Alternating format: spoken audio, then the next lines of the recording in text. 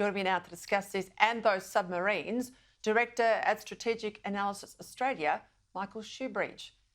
Well, Michael, before we get into the dollars and the cancellation of this project, just briefly explain, why was this satellite system so important? Why did we announce it in the first place? Well, Peter, at the moment and for years, the Australian military has been almost completely dependent on American satellites and space systems and a small number of commercial satellites to supplement that. We've had no Australian military space capabilities of our own, and all military communications and operations depend on space. So it's been a yawning hole in our capability. So we announced this project, we wait 18 months to scrap it, we do it in and around the Melbourne Cup US election weekend, hope no one notices, well you notice, but we only ever had $150 million on the table. I mean, a blind Freddie could tell you that this was never going to get up unless they put serious money in. Well, it was meant to spend about $7 billion, and it's taken about 7 years of intense bureaucratic work to achieve nothing. So Lockheed Martin was announced as the company to deliver this program in April last year. That project was reaffirmed in April by the government in their National Defence Strategy. And now we're told something that was meant to be perfect 18 months ago is now appalling and has to be entirely scrapped.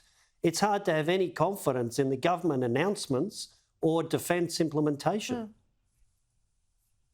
Yeah, and it's funny, yesterday, that launch in Adelaide, you've got the Defence Minister there throwing pot shots at Peter Dutton, you know, making all the political slings and arrows land on the opposition leader, but not doing a press conference on something as important as this, explaining why they got it so wrong, explaining why they can't fulfil a commitment, why they wait 18 months and, as I say, bury it in the Cup weekend and the US election. Yes, it's very hard to take any of this seriously and see the government as having credibility on defence. You know, 18 months ago, we're told something's perfect.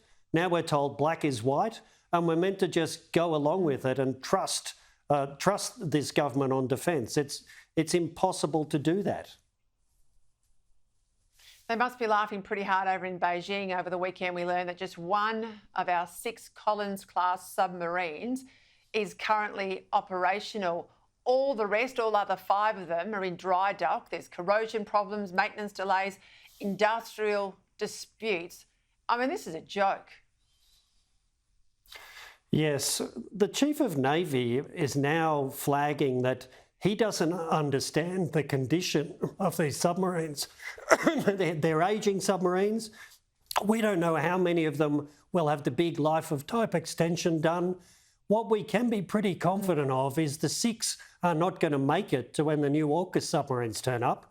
And if we've got one operational submarine now, keeping those things operating for another 10 and 20 years looks like a Sir Humphrey courageous thing for the minister to want to do. Spot on, Michael, and they're still spinning us this line that we can't keep those boats in the water, conventional diesel subs, but we're so sophisticated down in Adelaide, we can build all of these nuclear subs and that'll be a doddle. I do not believe it. I think we should end up taking completely a Virginia-class US build, but we'll see in another 30 or 40 years' time if we're still talking about this issue. I want to go to something that came up in estimates this afternoon. This is extraordinary. It's been confirmed that only one person has had their visa cancelled onshore after coming to Australia as part of that cohort of people fleeing Gaza. Have a listen.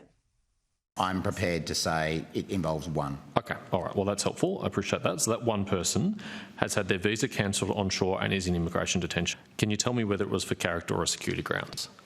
Senator, it was cancelled under Section 501 of the Migration Act. Okay, explain that in plain language terms for people watching who don't know the provisions of the Migration Act. So those are the character provisions in the Migration Act. I'm not trying to say that it was information that was new and came to light or about something that happened onshore. I actually don't know the answer to that. What I do know, and we've said before, is that we continually are updated, or agencies are continually updated about individuals. Honestly, Michael, what did you make of this? Well, I'm not sure that having a new minister over the top of this department is really improving anything. That whole visa scheme for people coming out of Gaza has been a debacle from start, and it hasn't finished yet. And having to drag this information out of reluctant officials at estimates is just this government all over. They failed the transparency and honesty test. And this is the department that's more focused on the flag sitting behind officials, as I said, than their core security responsibilities. Michael Shoebridge, thank you.